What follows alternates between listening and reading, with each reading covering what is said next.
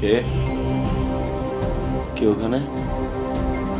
শহরের বুক জুড়ে তোমার আমাদের পায়ের চিহ্নে মুছে যাবে এখনো তোমরা নিশ্চয়ই মানুষকে কুপিয়ে মারো। মানুষ হিসেবে আসলে আমার ভূমিকা কি? আমার কি করার আছে এই পৃথিবীতে বা শহরে? একটা মানুষকে পিটিয়ে মেরে ফেললে